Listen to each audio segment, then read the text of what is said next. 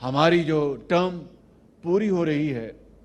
اور یہ 1 لاکھ لیپ ٹاپ انشاءاللہ یہ پچھلے بجٹ کا 1 لاکھ لیپ ٹاپ ہے 22-23 کا. 23-24 میں 1 لاکھ لیپ ٹاپ اور اس کی پروویژن کی گئی ہے اور وہ انشاءاللہ جو بھی نئی حکومت آئے گی جس کو عوام مینڈیٹ دیں گے وہ 1 لاکھ لیپ ٹاپ صرف میرٹ کی بنیاد پر وہ تقسیم کریں گے جس طرح آج یہاں پر ہو رہا تھا. کوئی سفارش کوئی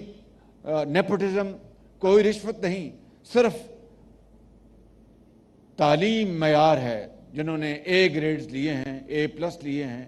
ان کو یہ لیپ ٹاپ مل رہے ہیں. ساتھ ایک اور شرط ہے کہ وہ پبلک یونیورسٹیز یا پبلک انسٹیٹیوشنز ہوں, نہ کہ پرائیویٹ اداروں میں تو لوگ بڑی مہنگی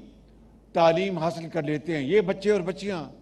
جن کے والدین نے بڑی محنت سے ان کو پالا پوسا, ان کی میں سمجھتا ہوں کہ ہینڈ ہولڈنگ کے لیے ہم نے یہ پروگرام بنایا ہے. اور آج میں یہ یہاں پر کہنا چاہتا ہوں کہ اگر یہ تو اللہ تعالیٰ کو علم ہے کہ اگلے الیکشن میں کس کی حکومت ہوگی, لیکن اگر اگلے الیکشن میں اللہ تعالیٰ نے ہمیں موقع دیا, ہمارے جو ساتھی ہیں ان کے ساتھ مل کر گورنمنٹ بنا کر عوام کی خدمت کرنے کا موقع دیا, تو میں یہاں پر یہ عرض کرنا چاہتا ہوں کہ صوبوں کے ساتھ مل کر, شاہ صاحب میں آپ کی خدمت میں عرض کر رہا ہوں کہ صوبوں کے ساتھ مل کر 50% صوبے شیئر دیں اور 50% وفاق شیئر دے, اور چاروں صوبوں میں وفاق مل کر 1 لاکھ 2 لاکھ نہیں, ہر سال 5-10 لاکھ لیپ ٹاپ پورے پاکستان میں تقسیم کرے. اس سے ایک انقلاب آئے گا. انکوبیٹرز وہ اسٹیبلش کیے جائیں, ورک شاپس اسٹیبلش کی جائیں, ان بچوں کی ان کو پوری طرح ان کو ہم فیسیلیٹیٹ کریں. اور میں یقین کے ساتھ کہہ سکتا ہوں کہ یہ بچے جو الحمدللہ ہمارے قوم کا مستقبل کی ضمانت ہیں, یہ پاکستان کے لیے وہ اربوں ڈالر کما کے لے آئیں گے جو کہ ہماری انڈسٹری صنعت و حرفت ابھی تک وہ ٹارگٹ اچیو نہ کر سکی. آج جہاں پر بینکرز بیٹھے ہیں, میں ان بینکرز کا بے حد شکر گزار ہوں کہ جنہوں نے ہمارے یوتھ لون پروگرام کے تحت انہوں نے ابھی ان چند مہینوں میں 30 ارب روپے انہوں نے تقسیم کیے ہیں ان نوجوانوں کو, جن میں سندھ, بلوچستان, پنجاب اور KP گلگت بلتستان اور کشمیر سب شامل ہیں. میں ان کا بے حد شکر گزار ہوں, چاہے وہ حبیب بینک کے پریزیڈنٹ اورنگزیب صاحب ہوں, چاہے وہ پنجاب بینک کے پریزیڈنٹ ہیں یا سندھ بینک کے پریزیڈنٹ ہیں یا خیبر بینک کے پریزیڈنٹ ہیں یا اسٹیٹ بینک کے چیئرمین, جو بھی ہیں میں ان سب کا انفرادی طور پر اور اجتماعی طور پر ان کا شکریہ ادا کرتا ہوں. لیکن یہ کافی نہیں. اگر دیکھیے, اگر ہم نے SMEs کے لیے, سمال میڈیم انٹرپرائزز کے لیے اگر ہم نے مینڈیٹری لونز کی ڈسبرسمنٹ کے لیے کوئی نظام وضع نہ کیا, تو معاف کیجئے میں اگر کوئی گستاخی کروں تو میں معافی چاہتا ہوں, تو پھر بینکس عام طور پر بڑے بڑے بزنس ہاؤسز کو وہ لونز دے دیتے ہیں یا ٹی بلز میں انویسٹمنٹ کر لیتے ہیں, گورنمنٹ بانڈز میں انویسٹمنٹ کر لیتے ہیں تاکہ ان کی انویسٹمنٹس بالکل سیف رہیں, انکم رہے اور کوئی رسک نہ لینا پڑے. رسک کے بغیر تو دنیا نہیں چلتی, رسک کے بغیر تو نہ کوئی کاروبار چلتا ہے, نہ ریل چلتی ہے, نہ کوئی معاش چلتا ہے. رسک لینا پڑتا ہے. اس لیے میں سمجھتا ہوں کہ آج وقت آ گیا ہے کہ ہمیں بینکرز کے ساتھ مل کر بیٹھ کر بات کریں اور مینڈیٹری ہم ان کے اوپر یہ بات لازم کر دیں کہ پوری ان کی جو پورٹ فولیو ہے اس میں یوتھ کے لیے, نوجوانوں کے لیے, چھوٹے کسانوں کے لیے, چھوٹے دکانداروں کے لیے اتنی اماؤنٹ ان کو مینڈیٹری ان کے اوپر لازم ہوگا کہ ان کو ڈسبرس کریں. یہ ہے وہ طریقہ دنیا میں آگے بڑھنے کا.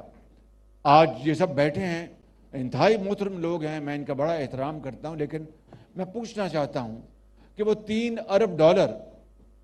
جو کہ ماضی قریب کی حکومت میں 4% پر بڑے بڑے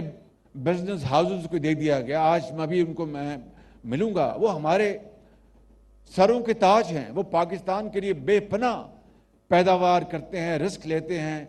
پروڈکشن کرتے ہیں، امپلائمنٹ کرتے ہیں، ایکسپورٹس کرتے ہیں، لیکن سوال یہ پیدا ہوتا ہے کہ $3 ارب بڑے بڑے بزنس ہاؤسز کو دے دیا گیا،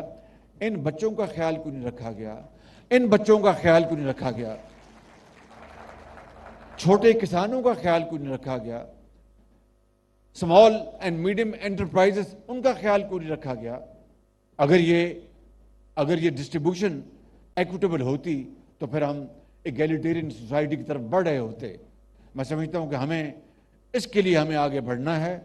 اس کے لیے کوشش کرنی ہے، اور انشاءاللہ یہ نظام ہم سب کو مل کر اس کو ہمیں شیپ دینی ہوگی تاکہ پاکستان تیزی کے ساتھ آگے بڑھے اور ترقی کرے۔ آج میں اس محفل کے حوالے سے آپ سب کا ایک مرتبہ شکریہ ادا کرتے ہوئے، اور مجھے ایک اور چیز یہاں پر بڑی بھلی لگ رہی ہے، بڑی بھلی محسوس ہو رہی ہے کہ یہاں پر قومی یکجہتی کا بھرپور اظہار کیا گیا ہے۔ یہاں پہ اس کا سارا مظاہرہ یہاں پر نظر آ رہا ہے